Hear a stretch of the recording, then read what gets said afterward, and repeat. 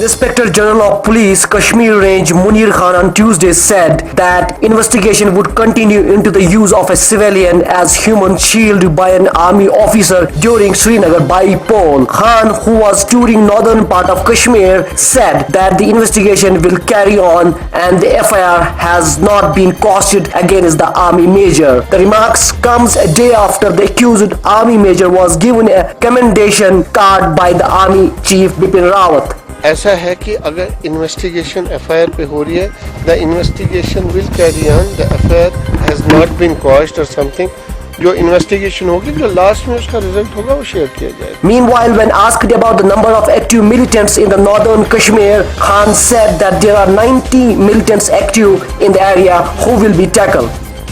90 what my DIG says because अभी मैं recently joined किया, so I think 3 word